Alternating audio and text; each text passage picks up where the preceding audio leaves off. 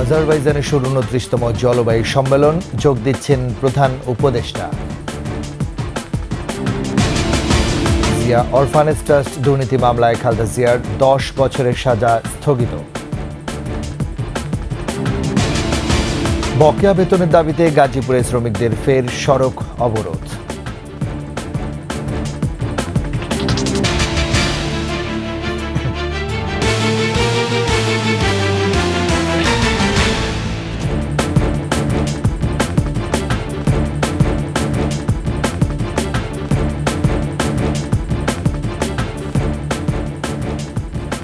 শুনছিলেন first security ইসলামী bank PLC সংবাদ শিরোনাম। আমন্ত্রণ ২১শে সংবাদে আপনাদের সাথে আছি আমি রাজীব জামান। আর দর্শক, ২১শে টেলিভিশনের সংবাদ একই সাথে সরাসরি দেখতে পাবেন আমাদের ফেসবুক পেজ www.facebook.com/2124 অনলাইন। এছাড়াও সাবস্ক্রাইব করতে পারেন www.youtube.com/21 চ্যানেলে।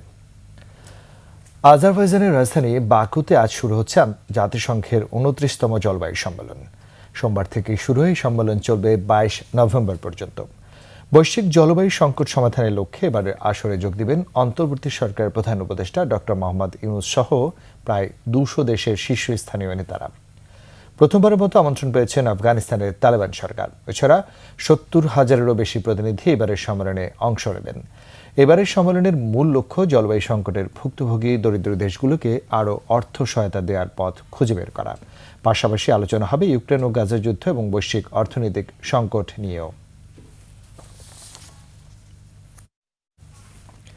এদিকে COP29 জলবায়ু সম্মেলনে যোগ দিতে অন্তর্বর্তী সরকারের প্রধান উপদেষ্টা ডক্টর মোহাম্মদ ইউনূস আজ আজারবাইজানের রাজধানী বাকুতে যাচ্ছেন।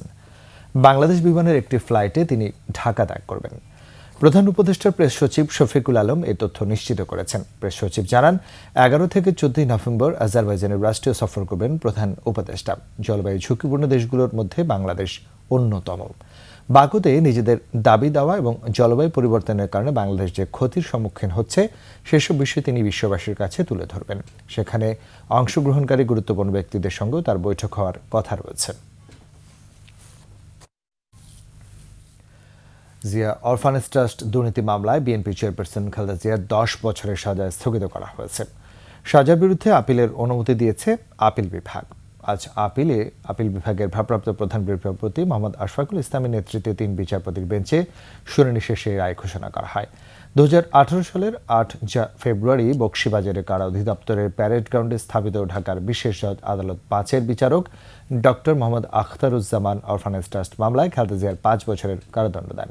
একই সঙ্গে খালেদার ছেলে ও বিএনপির ভারপ্রাপ্ত চেয়ারপারসন তারেক রহমান, মাগুরার সাবেক এমপি কাজী সালিমুল হক কামাল, ব্যবসায়ী শরফুদ্দিন আহমেদ, ডক্টর কামাল উদ্দিন সিদ্দিকী ও মমিনুর রহমানকে ১০ বছর করে কারাদণ্ড দেন আদালত।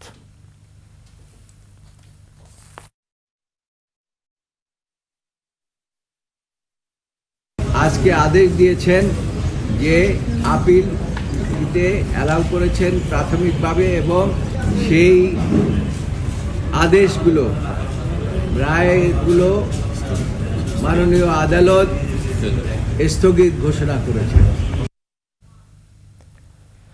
বৈষম্য বিরোধী আন্দোলন চলাকালে রাজধানীর ৩ থানায় পৃথক ৪ হত্যা মামলায় সাবেক মন্ত্রী শাহজাহান খান ও রাশেদ খান মেনন সহ ৭ জনকে নতুন করে গ্রেফতার দেখিয়ে কারাগারে পাঠিয়েছে আদালত। আজ ঢাকা মেট্রোপলিটন ম্যাজিস্ট্রেট মেহেদী হাসানের আদালতে আদেশ দেওয়া হয়। সকালে কারাগার থেকে তাদের আদালতে হাজির করেন পুলিশ। মামলার তদন্ত শেষ না হওয়া পর্যন্ত তাদের কারাগারে রাখার আবেদন করেন তদন্ত কর্মকর্তারা। আদালত তাদের আবেদন মঞ্জুর করে। এই মামলায় গ্রেফতার অন্যরা হলেন সাবেক আইজিপি চৌধুরী আবদুল্লাহ আল মামুন, আওয়ামী লীগের সাংগঠনিক সম্পাদক আহমেদ হোসেন, সাবেক এমপি আব্দুস সোবান গোলাপ, ডিজিএফআই এর রেজাউল করিম, যুবলীগ নেতা কবির হোসেন।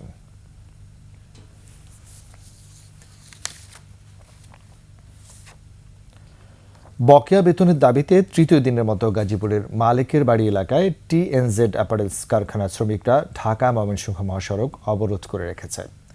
এতে করে দুর্ভোগে পড়েছে স্থানীয় সহ বিভিন্ন রুটের যাত্রীরা। আন্দোলনরত শ্রমিকরা জানায়, তাদের বেতন ভাতা না দিয়ে কারখানা বন্ধ রেখেছে কর্তৃপক্ষ। দ্রুত বকেয়া বেতন পরিশোধের দাবি তাদের। পুলিশের অতিরিক্ত পুলিশ মোহাম্মদ মোশাররফ হোসেন জানান, সমস্যা সমাধানে চেষ্টা করা হচ্ছে।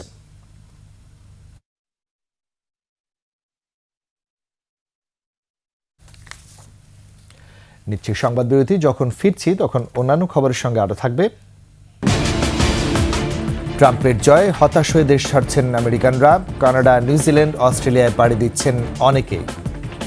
ডোনাল্ড ট্রাম্পের জয়ে অনেক আমেরিকান হতাশ হয়ে দেশ ছেড়ে অন্যত্র পাড়ি জমানোর চেষ্টা করছেন। কানাডা, নিউজিল্যান্ড, অস্ট্রেলিয়ায় পাড়ি দিতে চাচ্ছেন অনেকেই। এমনকি ট্রাম্প প্রেসিডেন্ট নির্বাচিত হলে অনেক তারকা দেশ ছাড়ার ঘোষণা দিয়ে রেখেছেন আগে থেকেই। 2016 সালে ট্রাম্প নির্বাচনে জয়লাভের পর এমন চিত্র দেখা গেলেও দেশ ছাড়েননি কেউ। তবে অভিবাসীদের নিয়ে ট্রাম্পের আচরণ এবার অনেকটাই পাল্টে দিয়েছে আগের হিসেব। আফসানা নীলার রিপোর্ট। নানা জল্পনা কল্পনা শেষে হোয়াইট হাউসে ঐতিহাসিক প্রত্যাবর্তন ঘটতে যাচ্ছে ডোনাল্ড ট্রাম্পের। তবে এক জরিপে এবারের নির্বাচনে ট্রাম্প পুনরায় নির্বাচিত হওয়ায় ভোটারদের 1/3 মনে করছেন গণতন্ত্র হুমকির মুখে, তাই দেশ ছাড়তে চাইছেন অনেকেই। যুক্তরাষ্ট্রের পূর্ব উপকূলে নির্বাচন শেষ হওয়ার কয়েকদিনে গুগল সার্চে দেখা গেছে শত শত মানুষ কানাডা যাওয়ার তথ্য অনুসন্ধান করেছেন। এছাড়া নিউজিল্যান্ড এবং অস্ট্রেলিয়া যাওয়ার ক্ষেত্রেও গুগল অনুসন্ধান করেন অনেকেই। নিউজিল্যান্ডের অভিবাসী ওয়েবসাইটের তথ্য বলছে প্রায় 25,000 আমেরিকান 7 নভেম্বর পর্যন্ত তাদের সাইট ভিজিট করেছে, যেখানে গত বছর এই সময় ছিল মাত্র 1500 জন। অভিবাসন আইনজীবীরা জানান প্রতি আধা ঘন্টায় নতুন মেইল পাচ্ছেন কানাডা, নিউজিল্যান্ড, অস্ট্রেলিয়া দেশগুলোতে পাড়ি দিতে চাওয়া আগ্রহী আমেরিকানদের কাছে। শুধু তাই নয়, কানাঘুষা চলছে আমেরিকা ছাড়তে চাচ্ছেন অনেক তারকা। অভিনেত্রী শ্যারন স্টোন বলেছিলেন ট্রাম্প জিতলে আমেরিকা ছাড়বেন তিনি, চলে যাবেন ইতালি, যেখানে তার বাড়ি রয়েছে। ট্রাম্পের সমালোচনায় সরব অভিনেত্রী গায়িকা চের বলেছিলেন হোয়াইট হাউসে ট্রাম্প আসলে দেশ ত্যাগ করবেন তিনি। অভিনেত্রী গায়িকা বারবারা স্ট্রাইস্যান্ড জানিয়েছিলেন ট্রাম্প প্রেসিডেন্ট নির্বাচিত হলে তার জন্য আমেরিকায় থাকা সম্ভব হবে না। প্রেসিডেন্ট নির্বাচনে ট্রাম্প জয়লাভের পর একই সুরে কথা বলছেন গেমস অব থ্রোনস অভিনেত্রী সোফি টার্নার। স্পষ্টভাবে জানিয়ে দিয়েছেন তিনি আর আমেরিকায় থাকছেন না, চলে যাবেন মাতৃভূমি ব্রিটেনে। অ্যাকিলিস স্পিয়ার প্রতিষ্ঠাতা ডগ এলড্রিজের ভাষ্য, নির্বাচনের পর সেলিব্রিটিদের দেশ ছেড়ে যাওয়ার এই ধারণা নতুন নয়, এটি চলমান রসিকতা আর কথার কথা মন্তব্য তার। আগেও ঠিক একই ধরনের পরিস্থিতি সৃষ্টি হয়েছিল। আফসানা নীলা, ডেস্ক রিপোর্ট, 21 টেলিভিশন। এর সাথে শেষ করছে 21 সংবাদ। যাওয়ার আগে ফার্স্ট সিকিউরিটি ইসলামী ব্যাংক পিএলসি সংবাদ শিরোনামগুলো জানিয়ে দিচ্ছি আরও একবার।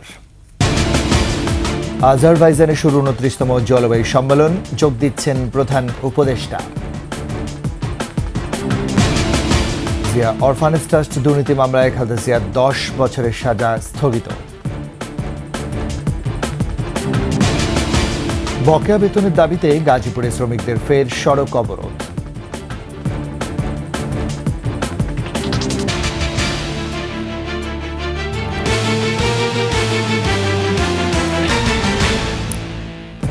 সবশেষ খবর জানতে ডায়াল করুন 202 নাম্বারে, ভিজিট করুন 21.com ওয়েবসাইটে। ফেসবুকে ভিজিট করতে পারেন www.facebook.com/2124 অনলাইনে। এছাড়াও সাবস্ক্রাইব করতে পারেন www.youtube.com/21etv চ্যানেলে। এতক্ষণ সাথে থাকার জন্য ধন্যবাদ। পরবর্তী সংবাদ দুপুর 1টায় দেখার আমন্ত্রণ রইল। 21-এর সাথে থাকুন।